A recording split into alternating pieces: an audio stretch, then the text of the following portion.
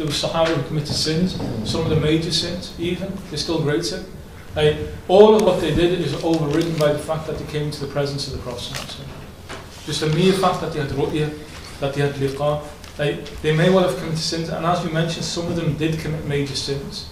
Some of them were punished by like Sayyidina Ma'iz committed adultery.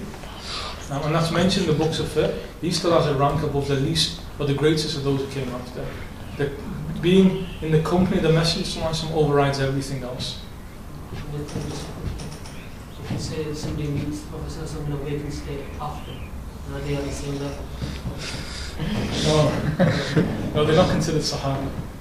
They're not considered Sahaba. Sayyidina Isa alayhi is considered by some to be Sahaba. Why? Because on Laylatul Mi'raj he met the Prophet in a living, waking state. As opposed to all the other prophets, they were souls that met him. So Sayyidina Isa, according to some, is considered Sahabi. Which means if you meet him in Akhir al-Zaman, you're tabi'in. Inshallah. Let's hope we don't meet him, because that means the Dajjal has been before. What's the actual definition of a Sahabi? Anybody know? Definition of Sahabi? Who met the Prophet and lived and died as Muslim. The one who met the Prophet, and that's good that, because although some like Imam al-Bukhari, when he defines Sahabi, says the one who sees the Prophet, say a better definition, ulama of hadith particularly say a better definition is not somebody who sees, because that excludes the blind Sahaba. So the one who met the Prophet, even for a moment, and that's something he didn't mention, even for a moment, and that's the difference with Tabi'een. Tabi'een, they say it's not just meeting, it's receiving as well, spending time. Tabi'een is slightly more. Sahabi, they became Sahabi by merely coming into contact with the Messenger. Even if it wasn't both ways, like if somebody sees the Prophet from a distance and the Prophet didn't see him, he's still defined as Sahabi. Provided he came into contact with the Prophet and believed in him and died on that belief, he's considered a Sahabi. And we'll add this here because we're going to speak about Sahaba later on, because that's also a point of belief here. Maybe we'll come back to that point. But here, having said that, in fact, no, we've got a discussion on it later on. We'll leave it to later on. So the rank of prophecy is selected. The rank of prophets is selected. The first prophet is Adam alayhi salam. The last prophet is Sayyidina Muhammad sallallahu alayhi wa sallam, who's the seal of all prophets, after whom will be no prophets. We'll just speak about the first prophet, Adam alayhi salam, because we mentioned this in Liverpool, in the class on theology Liverpool. It's become an idea now. It's become an idea among certain circles that Adam alayhi salam is not a prophet. That idea now is coming out, and it's been there for it's arisen in the Ummah over the last 50 years or so. Prior to that, nobody held that opinion, and I see in some faces people are shocked by that, and rightly so. Rightly so, because Adam a.s. is Nabi of Allah. Some even say he was Rasul, some even say he was a messenger, and we look at the definition. There are those who are claiming now he wasn't a prophet. He was a saintly man who wasn't a prophet. We say there's no dalil that he was a prophet. First of all, we mentioned there's an ijma' of this ummah that he was a prophet. There's a consensus of this ummah that he's a prophet. He received revelation from Allah subhanahu wa ta'ala. And we have indications that, one, he was ordered not to eat from the tree. That can be construed as revelation. Another, he had people beneath him, his followers, like whom? His wife, his children, and so on. Hawa, his children, and so on. Right? And the fact that he's prophet, that he was there to inform them. He was there to inform them that he was a prophet of God with revelation. Like we see as an example, Sayyidina Habil and Qabil, the two sons, one of them kills the other.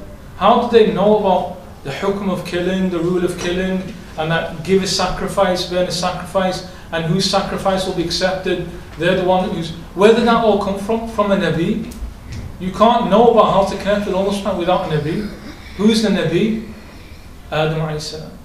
But sufficient to say, there's a consensus of this ummah that Adam a.s. is prophet, and in the books of Aqeedah historically say anybody who rejects that is considered to be an unbeliever. Mullah Ali al-Qadi in his commentary on Fiqh al-Akbar, he said anybody who rejects the prophecy of Adam a.s. is a kafir, is an unbeliever. And we're going to touch upon this. Not just kafir and Adam a.s., you rejected Muhammad s.a.w. You rejected Muhammad sallallahu alaihi wasallam, because we have a belief that if you reject one prophet, you've rejected all prophets. كَذَّبَتْ قَوْمُ نُوحٍ الْمُرْسَلِينَ. Allah subhanahu wa ta'ala said, the people of Nuh alayhi salam rejected whom? The prophets, the messengers, in the plural. But Nuh alayhi salam was the only prophet sent to his people. So how have they rejected prophets? Rejection of one is rejection of all. Rejection of one is rejection of all. If somebody says, I'm a Muslim, but I don't believe in Adam, I don't believe in Yahya alayhi salam, I don't believe, and it's qat'i, and they've been mentioned as prophets in the Quran and the Sunnah, that's considered kufr of all of the prophets of God. You don't have a choice in who you select as being prophets. Once it's stated in the Quran that he's a prophet, you're bound to believe in that. Adam alayhi salam, by Nass al-Quran, by the direct statements of the Quran, is a prophet. Rejection of that is considered kufr. And it's unfortunate because some prominent people have put out that idea. So if anybody comes across that idea, remember that an ijma' of the Ahl Sunnah wal Jama'ah, the Orthodox Muslim, Adam alayhi salam is Nabi, and to reject that is considered rejection of all prophets of God. And it doesn't matter how prominent that person is. It doesn't matter how famous they may be, how prominent those people are who are saying that. He's saying, you coming in Su' al-Qurun, not Khayr al-Qurun, Su' al-Qurun. We had the best of generations, we're now in the worst of generations. And this idea comes that he's not a prophet. So we reject that. This Ummah was agreed upon it beforehand that he was a prophet of God. Ideas that now start creeping in this Ummah in the worst of generations, like we were talking about in Huddersfield today in the class, this idea that 8 rak'at tarawih is sunnah. That came in Su' al-Qurun, not Khayr al-Qurun. That idea crept up in the worst of generations, not in the best of generations. Best of generations, up until about 100, 200 years ago, there was an agreement that tarawih is 20 rak'at. Now it's like, oh, there's an ikhtilaf. So not in Khayr al-Qurun, in Su' al-Qurun, yes. In the worst of generations, yes, not in the best of generations. We're not interested in what people in the last days start claiming about religion. Like when Sayyidina Umar introduced it, not a single Sahabi rejected it. Umar, Uthman carried it on, Ali carried it on, the Mujtahid Imams all agreed it was 20. Then generation after generation kept on saying it was 20. Ibn Taymiyyah said it's 20, Ibn Qayyim al-Jawziyyah said it's 20, Ibn Abdul Wahhab said it's 20. So where are you getting it from? So in Su' al-Qurun you've come up with this idea.